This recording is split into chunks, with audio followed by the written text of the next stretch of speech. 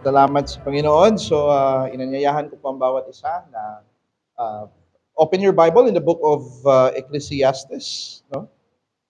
And by the way, itong book of Ecclesiastes is one of the wisdom literatures of the Bible written by the preacher. No? He identified himself as the preacher, which is Koheleth, which I strongly believe na ito po ay si Solomon. No?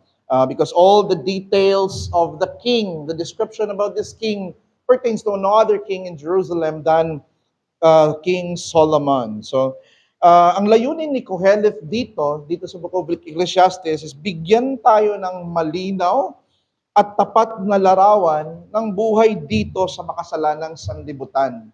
He's going to show to you what the really life is in this life under the sun. Iyon ay kung ano talaga ang tunay na buhay, no? At pinapakita niya dito sa buong argumento niya, even in chapter 1, that everything is hebel, meaning to say everything is vanity. When you say vanity, these are things no, na nagbibigay sa atin ng temporary advantage in a short run, but in the long run, it has no advantage at all.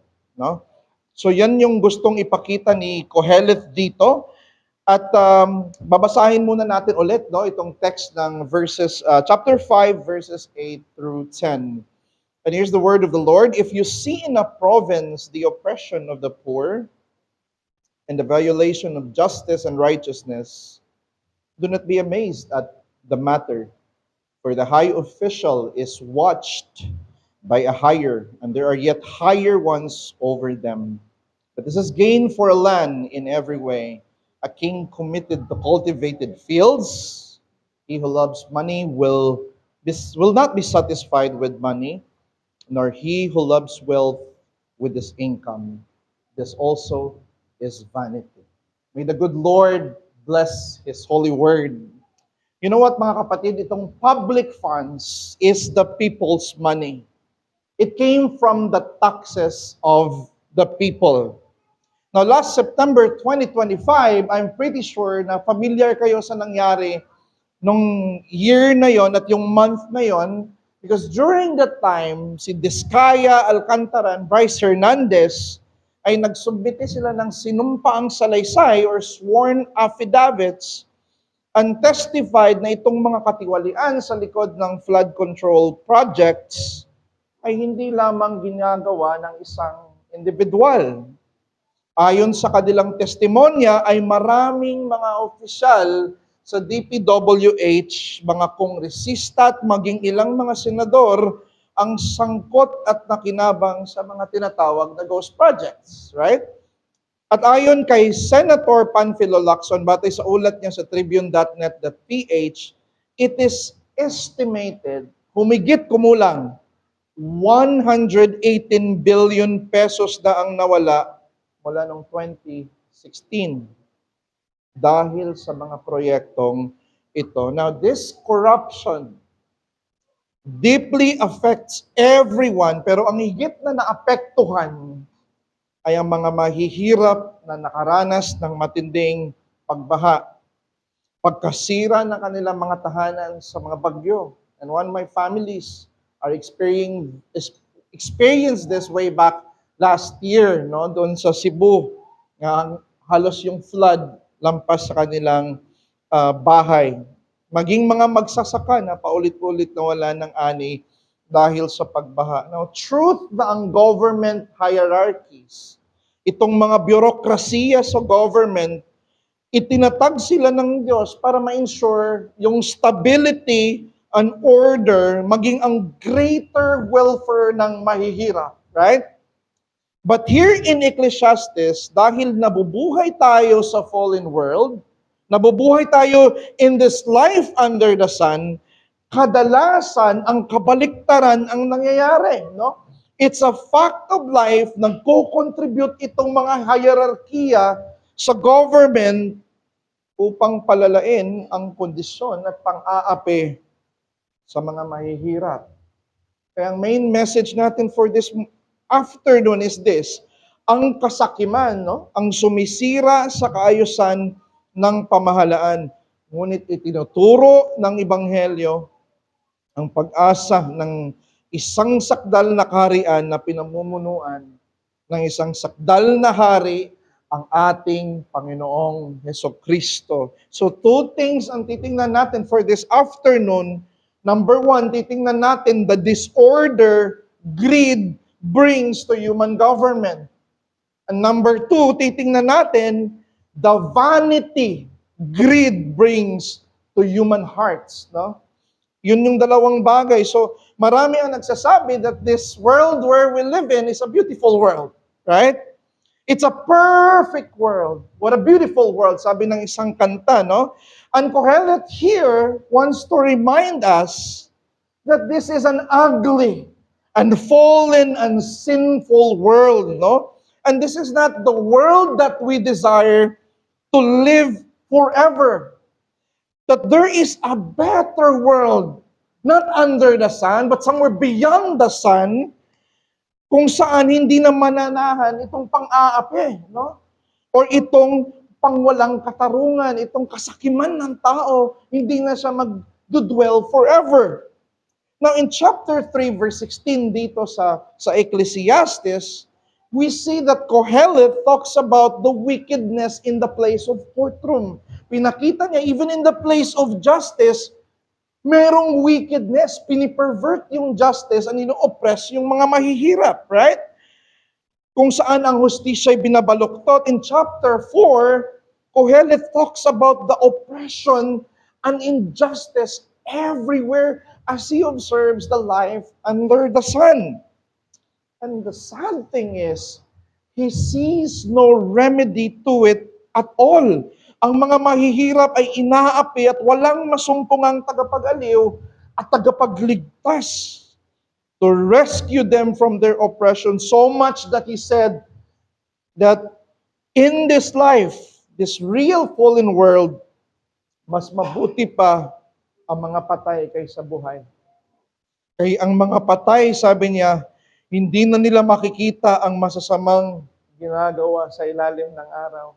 So he's going to show to us ano yung buhay dito sa mundo. What can this world give us?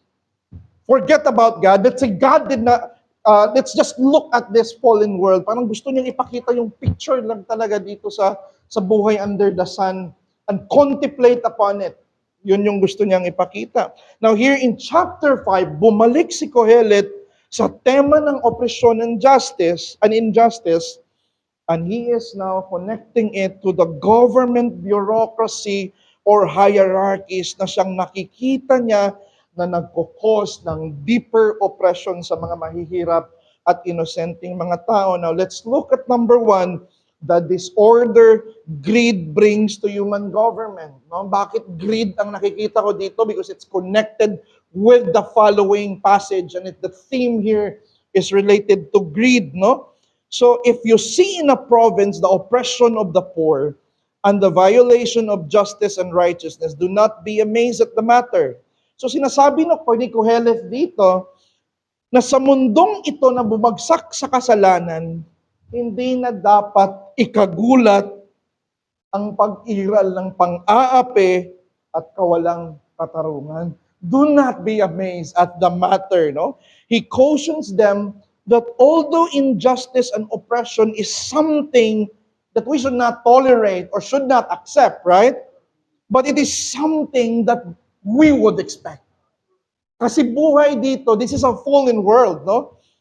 And sa kasaysayan ng mga Israelites, mga kapatid, they learn to live with evil and oppressive governments all their lives. Sa mga Israelita, they had been enslaved o inalipin sila sa mga Egyptians, and they were badly and deeply oppressed in the book of Exodus, right? They were sold to Mesopotamia in Judges chapter 3. And the northern kingdom of Israel under Jeroboam were exiled to Assyria. Yung mga may sakit lang ang iniwan doon sa Israel, no? And there's enemies settled in their own land doon sa Samaria. Pinapahirapan sila. And possibly this line of Kohelet nagsisilbi ring babala na may darating panghigit na oppression, may darating panghigit na injustice sa pamumuno ng susunod na mga kaharian, which is ang Babylon. Because during the time of Solomon, they were not yet captivated by Babylon. So ganito po yung pinapakita dito. And ultimately, may darating na foreign land, no? Mag-o-oppress sa kanila. Now, in our text, he provides the reason why it is something that it's expected to happen, no? Sabi niya, for the high official, do you see the word conjunction for?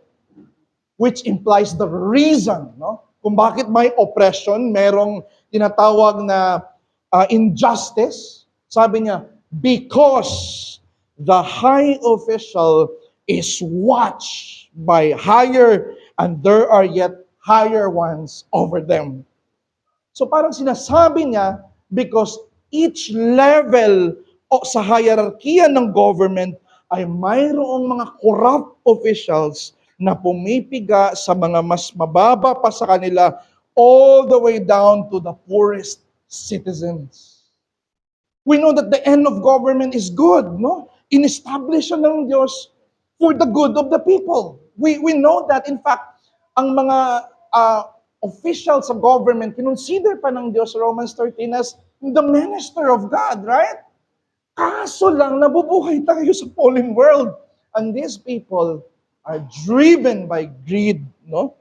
Yun yung gusto niyang sabihin. And these hierarchies that are supposed to watch, to keep watch each other. That's the word shamar, no? The word shamar is like Adam who is assigned to the garden to protect it, to shamar, di ba?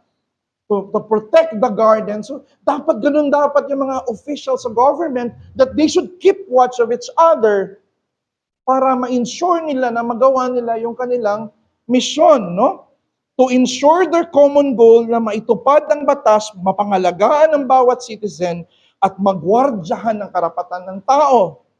Pero naging malinaw na dito, no, ang sinabi ni Kohelet sa chapter 4. Bakit sinabi niyang he does not see any comforter sa mga oppressed? Kasi ang government hierarchies mismo that are supposed to stand by the people who enlisted them in the position are sadly the very people who destroyed them and further their miseries. And this is not only true sa panahon ni Kohelet. Itong corruption, itong greed, no? This is also true sa ating panahon, mga kapatid, no? Way back pa sa panahon sa martial law, sa pork barrel scam sa 2014 to 2013, misuse of Yolanda funds of 2013, confidential funds controversy 2023, flood control project very recent. Halos every year, right? We heard news na may corruption na nangyayari sa gobyerno. Not only, hindi lang siya corruption na mga kapatid, na iisa lang, no? The corruption seems to be systemic, and the corruption is even endemic, no? Na nakikita natin sa gobyerno. But we're not saying na walang good officials. Of course, there are still good officials. Kaya na-uphold pa din yung society natin. But if you're going to look at, if you're going to put it on a scale, put it on the one side, the good officials, and put the evil officials on the other side of the scale, this will outweigh them all. Mas marami ang mga corrupt, no, na nakikita natin. Maybe Brother Jess, no, maybe the form of government or the ideology should be changed. They can propose that sa economic system siguro and ideologies, kailangan nating baguhin. But still, corruption remains an issue. Whatever government, form of system of government na ilalagay mo dyan, if you have a fallen people na may greed sa puso, hindi masolusyonan yon. Maybe we can try communism ni Karl Marx, no? Na nag-attempt sa pag-provide ng solution by eliminating oppression. He suggested na tuluyang i-abolish natin lahat ng hierarchies. Mawawala yung oppression, mawawala daw yung injustice. Pero nakita natin na ito'y nagresulta lang sa dictatorship. Ang dinidream niya na communism, right? Case in point si Stalin sa Russia. Ginawa nila yun mga kapatid, pero anong resulta? Nag-result lang sa tyranny. Because they think that communism can save the problem of the government, but it's absolutely not. Hindi siya mga kapatid. Look at the Animal Farm of George Orwell sa kanyang libro. No? Pinush nila yung socialism, ang mga hayop nagrebelde sila sa tao kasi ang tao ino-oppress sila. Chicken, look at your eggs. Ilang eggs na hindi na-hatch sa'yo. Binibenta lang sa market. Cow, ilan na yung gatas mo na binibenta lang. Tinitake advantage ka. And they revolt with the man. And what happened? Ang nag-push sa kanila na magrebelde at mag-revolutionize, took over to become the tyrant of them. You see, communism sounds pretty good, no? Ang sarap pakinggan na equal lahat. But man is evil. Man has that greed. So hindi pa din masolusyonan. Brother Jess, baka hindi yan yung solusyon, no? Maybe hindi hindi yung communism. Maybe ang solusyon yung kapitalismo. Maybe yung sinabi ni Adam Smith, pero totoo na nagbibigay bentahe sa mga hardworking and creative people, no? Na mag-advance sa kanilang economic situation at yayaman, itong capitalist society. Pero dahil makasalanan pa din ng tao, ang private ownership nag-i-exploit sa mga poor workers na sweldohan ng mabababa despite sa napakabigat na gawain. It became self-centered and selfish enterprise, no? And the main problem here is not really the system. Whatever system you're gonna put, no? It's not the problem. It's not even the hierarchies ultimately, no? What's the problem is that even the government itself is not a problem. In-establish to ng Diyos na maayos. Ang main problem dito is the greed of man. Yung kasakiman ng puso ng tao, no? It's the sin of man. Kaya ang sabi pa sa statement, the heart of the problem is the problem of the heart. Punong-puno ng greediness. And in verse 9, makikita dito, I think there's a different translation here. I think in all of the Bible, ang verse 9 yung pinaka-disputed. But I like to use the translation of NIV because I think it is in accordance with the tone sa buong text na ang point dito, ang increase from the land dyan is taken by all. Taken by all government official.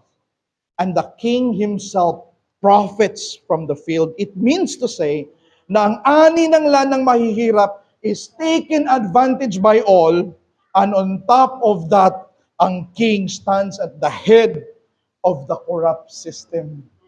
Mga kapatid, it's a pessimistic flow of thought kung babasahin mo yung whole Ecclesiastes, mga kapatid. No? Ang point dito, sa kabila ng tiwali at mapang-aping pamahalaan dahil sa kasakiman, ganyan yung buhay natin, right? Nabubuhay tayo sa mundo na maraming corruption sa government.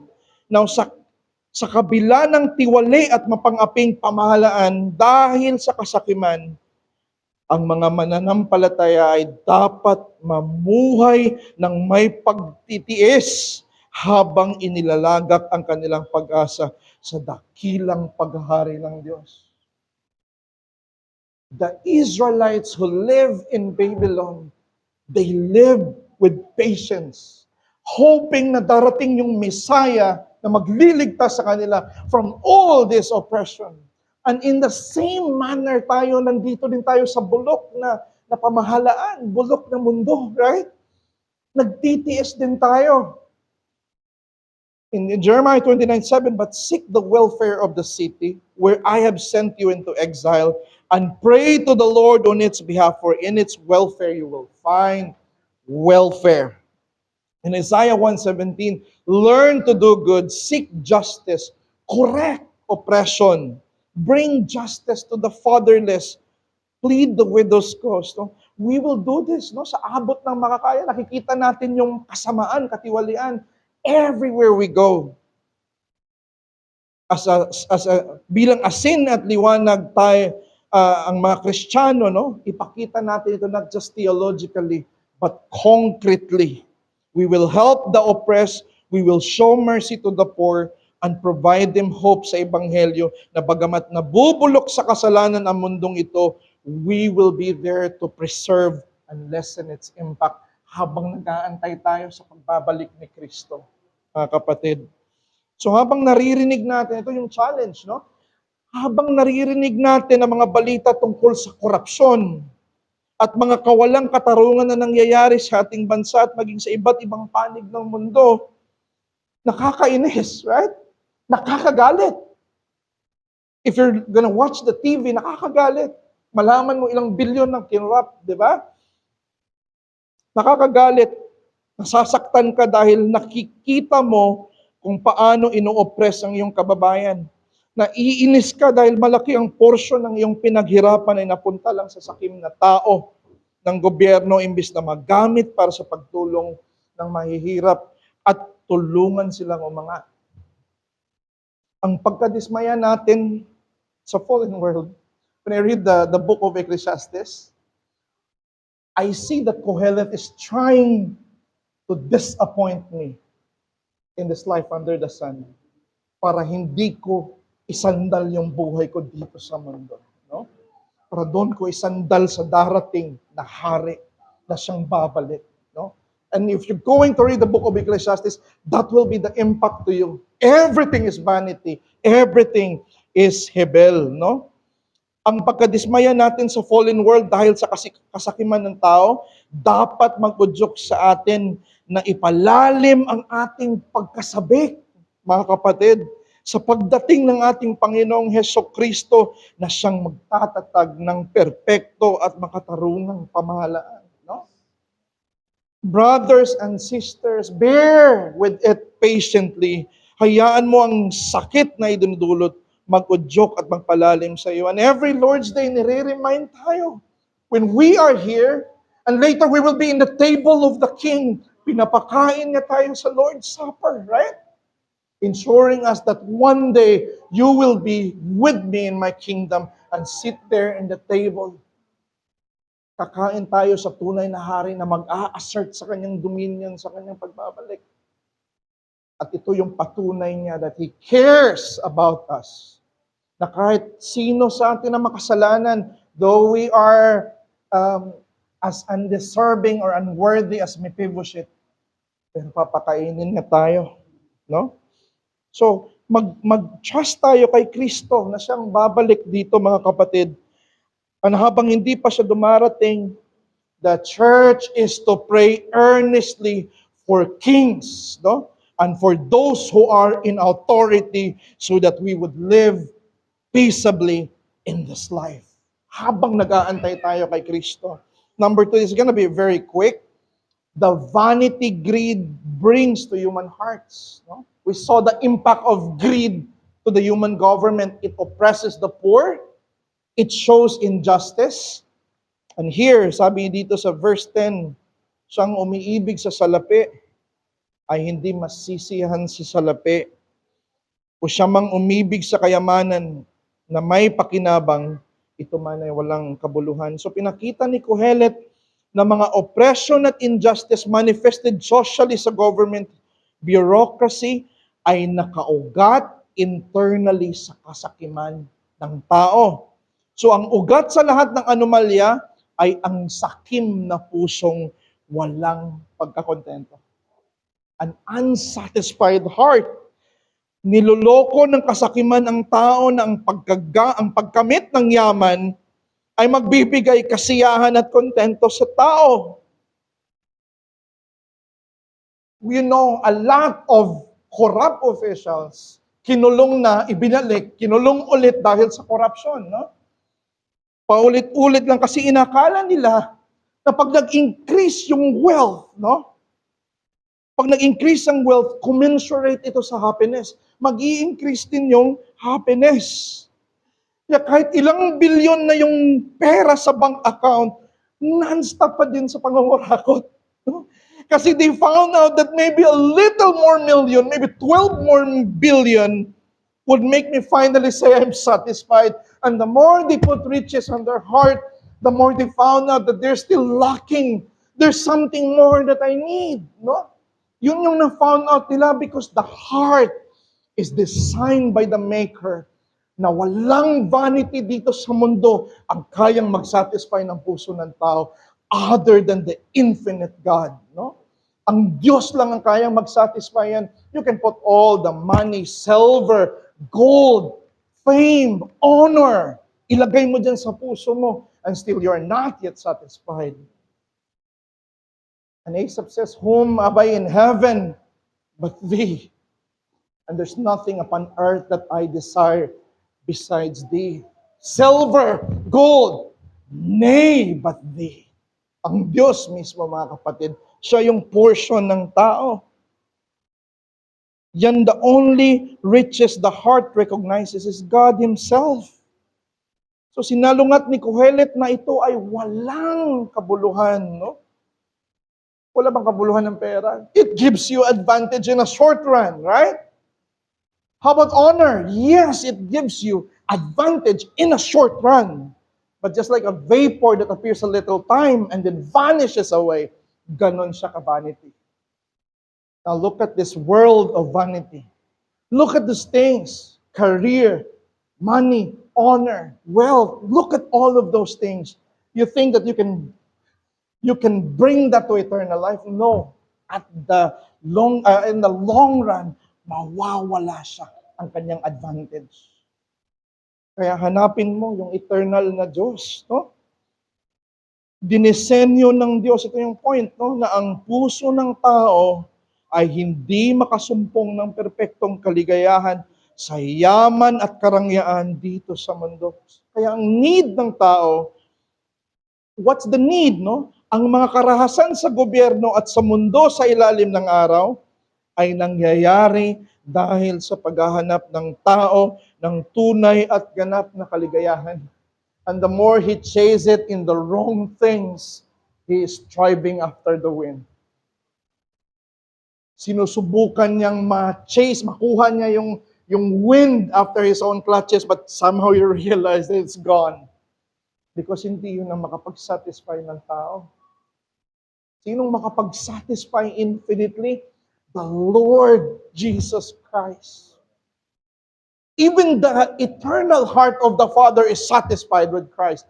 This is my Son, in whom I am well pleased.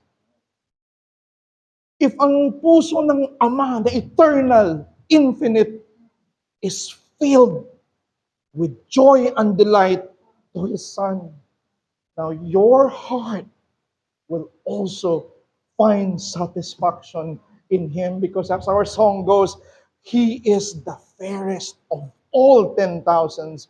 And the beauty of this world, all the beauty that you see around yourself here in this world, are nothing but a shadow of the true beauty who is infinitely eternal, the Lord Jesus Christ. Kaya siya yung blessed hope natin na nilulook forward natin, mga kapatid. Si Kristo ang tunay, no, na panlunas sa kasakiman ng tao. People need Christ, mga kapatid. They need the Lord Jesus Christ because Jesus is the bread of life that can fill our hunger and is the spring of the water of life na magbibigay satisfaction sa'yo. John 4:13, Revelation 21:6, no? And Jesus Christ. Kaya sikapin natin na bantayan ang ating puso na mahulog sa kasalanan ng kasakiman. Hanapin natin ang ating kasapatan kay Kristo. No? Every day. When your heart longs for something that longs for an idol, that longs for something that is vanity, find your satisfaction and your sufficiency in the Lord Jesus Christ. No?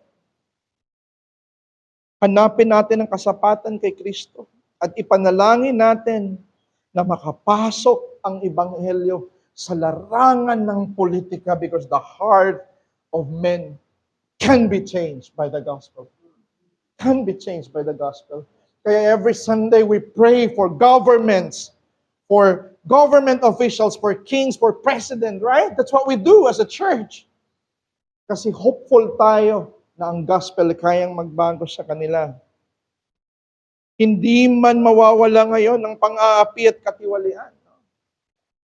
It could be that we will live this life and still experience the oppression, the injustice. Pero darating ang araw na ganap na maghahari si Kristo sa isang bagong mundo na walang kasalanan, wala ng pang-aapi.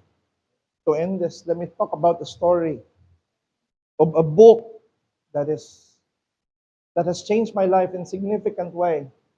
Ang libro ni Viktor Frankl, The Man's Search for Meaning. It's a true story na during sa prison camp under Hitler regime, sila na mga naghihirap sa bilangguan had this to say. This is what their line. Listen to it very closely. Perhaps it can be understood, sabi nila, then that even the strongest of us was longing for the time when he would have fairly good food again, but not for the sake of good food itself, but for the sake of knowing that the subhuman existence which had made us unable to think of anything other than food would at last cease. Because in the present camp, nawala na sa kanilang pag-appreciate sa beauty, pagtindig sa kanilang human dignity, nawala lahat other than the desire just to eat good food. No? Ang nag-yearn sila na araw na yon na makakain ulit sila ng masarap na pagkain kasi ang experience na yon ay sumasagisag ng oppressive system na nagpapahirap sa kanilang pag-iral ay wala na. Tapos na, no? And just like Viktor Frankl, ang mga Israelites din, dumaan sila sa mga matinding oppression sa mga foreign nation, kaya napakatamis na pangako sa kanila. Alam niyo ba, if you're going to ask me personally, ano ang text sa Old Testament that would be the sweetest verse na mababasa ng isang Israelite? I would make an opinion, no? Isaiah 9:6-7. Sila na mga tumatamasa sa oppressive hierarchies in this government. For to us, a child is born. To us, a son is given. And the government shall be upon his shoulder. And his name shall be called Wonderful Counselor, Mighty God, Everlasting Father, Prince of Peace, and of the increase of his government. And of peace there will be no end. And on the throne of David over his kingdom to establish it and uphold it with justice and with righteousness from this time forth and forevermore. Makikita nila na darating na yung perfect na government. And I believe that all of us will someday experience this perfect government that is completely different from the government that we experience today. At ang King of Kings will rule in righteousness. He will rule with peace that never ends. And He will rule for the good of His people. That is the God whom we serve and we worship today.